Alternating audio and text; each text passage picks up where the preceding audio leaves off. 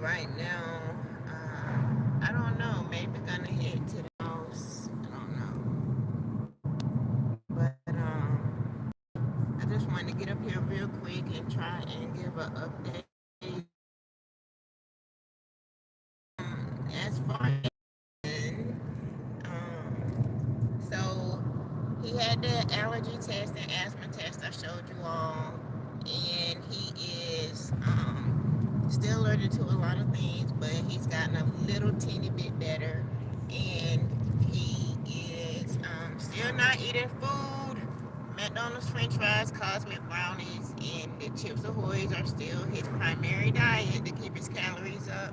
Still trying very hard to get some new things. With him starting kindergarten, I went ahead and got a menu, and I circled the things that I do want them to introduce to him, and wrote down to remind them no dairy and to stay away from some of those other things he's not allowed, tree nuts and all that. So so that's his diet. He gets a biopsy every year for his EOE. We actually had an appointment back in Jacksonville on the 17th of August, and I missed it. I was very exhausted. I had a slight concussion the first week of August, so I was still like real blurry with my head at the time. And it was sad because on the 16th we were supposed to be staying at the Ronald McDonald House, and then going on to the doctor's appointment the next day. So I am sad that I didn't get to do that. Now, that's a gastro, and then they also do and speech therapy and a few other things they're getting set up for him. He's got another asthma appointment for them to. He passed the test for strawberries, but they are nervous about it, so they are having him do an introduction to strawberries inside the asthma and allergy office. So, in case he has some reactions. Um, Cerebral palsy. Okay, so we went to the doctor and did the cerebral palsy second opinion, and they see some signs of developmental issues, but they don't see a lot of the cerebral palsy. So maybe our prayers are being answered, or maybe it wasn't that in the first place. But the thing is, they want to do some genetic testing. I don't know if y'all remember, but this is the apartments we used to live in. They didn't shut them down and stuff. I don't know. Somebody bought them out. Like somebody that over there hopped out of a car. I don't even know. That's where we lived when Kaden came to stay. But anyway, yeah, he's progressing um, with most of his motor skills, but that fine motor is still hard. The biggest thing for me is trying to get his butt to eat. I really want him to eat some food. Hey there, how are you? Hope all is well and hope you're having a good day. Um, yeah, trying to get him to eat. The day he eats some chicken nuggets, or anything off a plate, any kind of food, um, chicken nuggets, fish sticks, other types of French fries other than McDonald's. He's supposed to be on a plant-based vegan diet, so we try to stay within those limits as well. But what I really, really would like to see is him eat more puddings, jello again, the peanut butter crackers, and things like that, because him eating the cookies and the brownies is really hard on his teeth. And the doctors keep saying it's okay, they're baby teeth. He's going to be losing them. But he's already lost two. So I'm worried about, oh yeah, he lost a tooth over the weekend. He lost his first bottom tooth over the weekend. So he still got that one at the top out and then the one at the bottom. I tried to get a picture for you all, but he was just not cooperating. I might still show y'all the little bit I did get. But yeah, so Kaden, that's his gastro, his speech. We're waiting on speech therapy outside of the gastro doctor's office because they have a huge wait list. I'm in Tallahassee now, and it is a lot of people. So there is a long wait list for a lot of his service, including the ABA. But he's supposed to be getting physical therapy through Tallahassee orthopedics specialist, and he goes to asthma and allergy. We have to drive 2 hours and a half to Jacksonville, Nemours Hospital there on Children's Way for gastro, and also for the genetic testing. He's going to have to start doing some genetic testing for us to figure out why he has some of that weakness in his legs, in the swallowing and chewing issues. Or maybe we just caught some things so early they're just not showing up, that prevailing yet. So, other than that, he is 36 pounds and 3 feet 6 inches tall. 36, 36. He always stays around 36 pounds, but he gains ounces. So that's my little preemie grandson and the things, the challenges he's going through. Speaking of challenges, they got somebody or some people hemmed up over there. But anyway, I'm just raising my grandson. I used to have somewhat of a very crazy life. And I can say my kids grew up exposed to a lot of things that Kaden has not been exposed to. And I am so thankful for that. Not thankful that I went through, well, before my car accident, I had stopped my old lifestyle. But I'm thankful that God made me get better through that nursing home and through everything that I was going through all the trials, through all the hate, everything that I was going through, man. I'm like glad God let me make it through that stuff. And maybe because I've always been like, I had my attitudes and I ain't take no shit, excuse me for cussing, but I still had an humble heart. Like if I would see if people on drugs, I still would be like, you don't need to be doing that. If I saw somebody drunk, I would be wanting to take care of them. I came out my apartment the other day and there was a guy on the ground drunk, clothes wet, and I'm like, oh my God, dude, do you need some help? He like, I've been praying for somebody to come help me. God sent you. So I helped him up, got him up on the curb, and he found his own way. Like I got him to the curb in front of his building. I definitely was not gonna walk him to his place. So, but I'm just saying, I have a caring heart, and everything that I've done in my life has been about putting others first.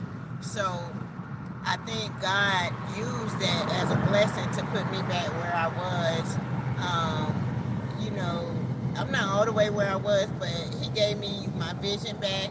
He gave me the ability to walk again, and I'm able to speak and think and to remember things. All the things I couldn't do after my car accident. So I'm so very, very thankful for that. And I think God did that so I could be here for my grandson, Kaden, because not long after I came from the hospital and the nursing home, I ended up getting Kaden. I was barely walking well. I was actually walking with a walker, but my doctors was saying I wasn't complying because I was supposed to be staying in a wheelchair, or they wanted me to stay in a transition chair. They didn't want me to start walking. So I didn't care. I made myself walk. I crawled until I could walk, and that's what it's about. And it's really right now about Kaden. I don't want my grandson to be in the lifestyle that I once was, or that my children was exposed to. The drug dealing, the partying, the extra hustling, the um, pimping and all that kind of stuff. Everything that is environmental influences to lead people in the wrong direction. I don't want that for my grandson. So I had changed before he got here, and every year I tried to get better. And people don't understand that. They be like, oh, you still you. People look at you different. People still go around gossiping, talking about you. It's the same people. I came back to Tallahassee. The same people hate me today from 2019. And half of them don't know me, ain't even sat in a room with me. Like how you hate somebody you don't know.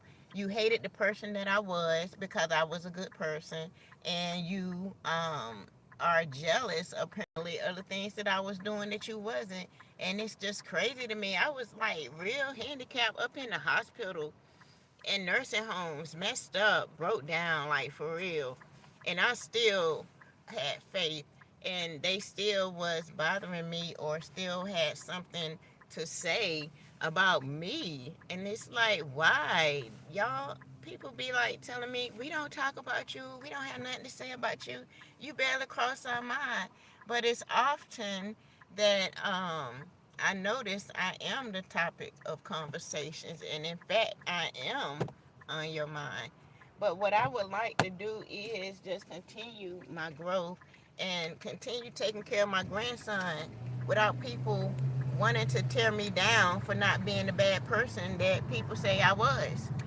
I changed, and that's not my lifestyle. I'm not going back to it. I don't want to be around it. What is this fool here doing? Like, seriously, he was just about to. Wow. Anyway, um, yeah, I'm not going back to that lifestyle. It wasn't even fun when I was in it. And like I said, I'm glad that I experienced all that stuff from sixth grade and up, so that now that I'm in my, my years that matter to me, I would say my years of wisdom. I'm 47 now, and I just feel like I want a peaceful life and chill. And all the money, seriously, all the money I had and went through just from 2019 to 2020 alone, and that just from that little time period, um, I should have did more things with it. But I was so busy being stalked and harassed by my ex and all this other people associated with that situation of my separation and my divorce, and starting a new life with the person I had moved on with. It was just a lot of things going on, and um, I couldn't really go back, and I didn't want to. I was already being very spiritual and into my wellness program, and living, clean and healthy. And let me clarify. I never got into drugs, and I never got into drinking, but I was on the other side of that. Meaning, I did hustle. Yes, I sold drugs. Um, three different types of drugs, and I started in the sixth grade, and like I say, I grew up in Durham, North Carolina. It's right there, connection between New York and Atlanta in a sense. So most of my business that I was doing was traveling at 15, 14 years old, New York to from New York to Atlanta, places. And like I say, this is 14 years old. So do you think I want my grandson, 14 years old, to be somewhere trafficking drugs, selling drugs? Hell, I'm saying that it's wrong, but I'm saying have a plan. Like, you're not going to be doing that forever. You could be like me, get in a car accident. Something else could happen. You could lose your vision, lose your speech. Anything is possible. Anything can happen. You feel me? So don't just think you're gonna be able to do that forever, cause you're not. Seriously, save your money, put some to the side, make a plan, make an escape plan. That's what it is. You know what I'm saying? And make a plan to make your life better. You got kids looking at you. You got family members. People be worried. Most drug dealers I've been learning don't even have life insurance. So when something happened to you, all of that money, you know,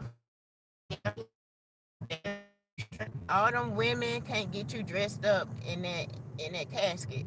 You know what I'm saying? It's only gonna be that one, that faithful one, or them saying like, um, you got to really have a plan. Have your money, say your money in your business.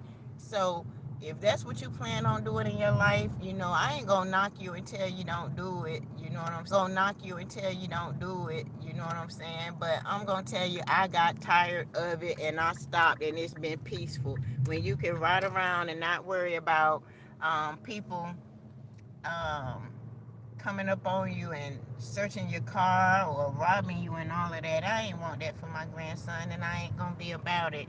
But I do want you all to know that um, I got a lot of love for you, and I got a lot of love for my grandson, and I'm gonna continue trying to do, what I got to do to make sure that he is straight, no matter what.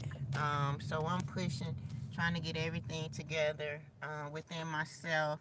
I had a little hiccup when I moved back to Tallahassee. It set me back a lot.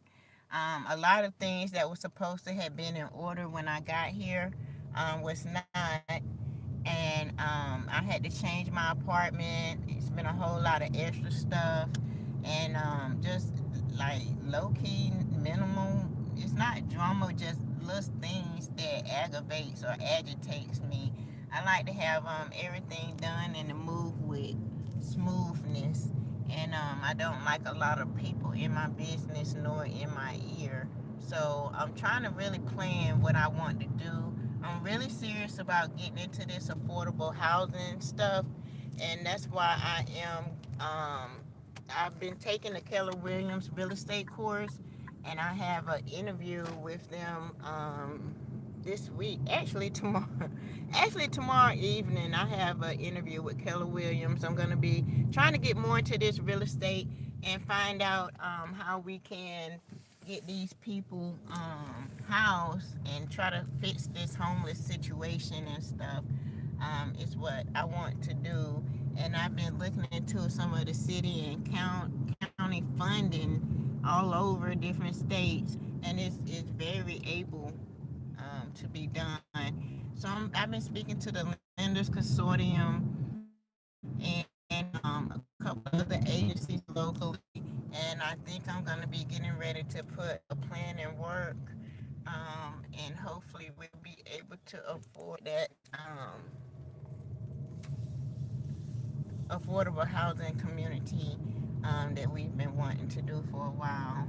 So yeah,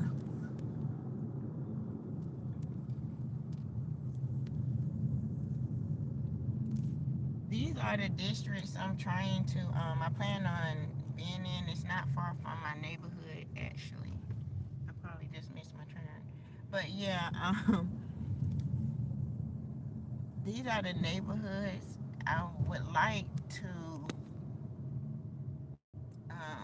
build outside of these areas because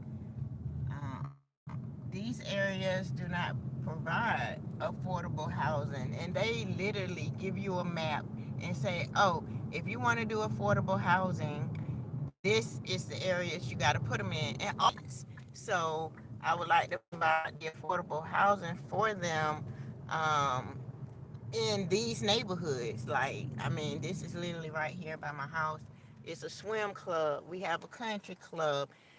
It's so much going on in this area, and I just people on Social Security, fixed income, people who are working jobs 10, 12, 15, even 17 and 18 an hour. Are getting the maximum of what their employers could give them, and they want to come home and feel safe like everybody else. You should not have to make 300,000 a year, or you should not have to go through all of that just for a $200,000 home in different homes like that. So I just really want to make sure that everybody is living comfortable, that all children have the opportunity to live in a nice, decent neighborhood with the best schools in the city. And that's what I want to do. I want to build some houses or build some houses or build a multi-family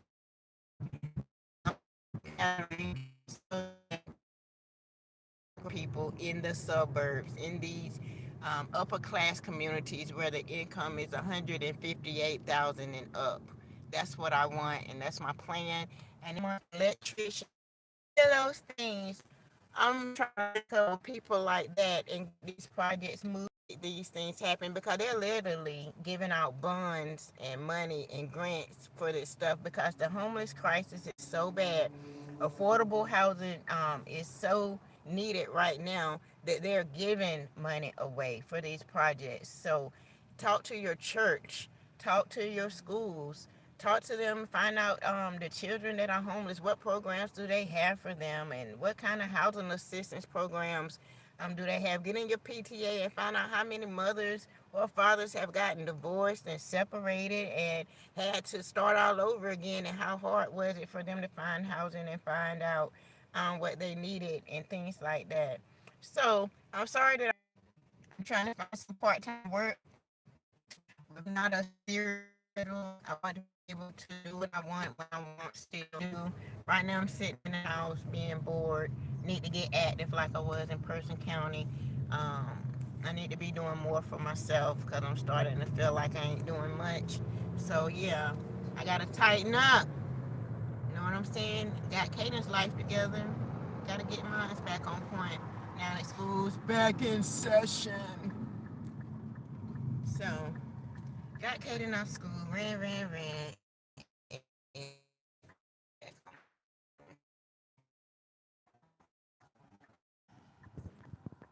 almost home. Anyway, thank y'all for tuning in. I hope that you have a great day. Take care of you. Take care of your family, your circle, the people around you. Subscribe. Also follow I Believe Wellness on YouTube. That's kind of like my ministry page where I be trying to talk and speak. And you know, it's a street ministry, so I speak regular, but I teach factually and out straight out the book. So I Believe Wellness Change Your Life Ministries, Kaden, since a lot of you come here for Kaden, and we thank you so much for that. But thank you so much again for all of the support that you all have been, even with me going all the way back to like 2013, 14, and 15. Wow. And then me now dedicating most of this page to my grandson, Kaden, who came around in 2021. So I thank you all so much again for all of your support. I love you. And there go Keller Williams. I'll be there this no tomorrow evening for my interview. Keller Williams Town and Country. I love y'all.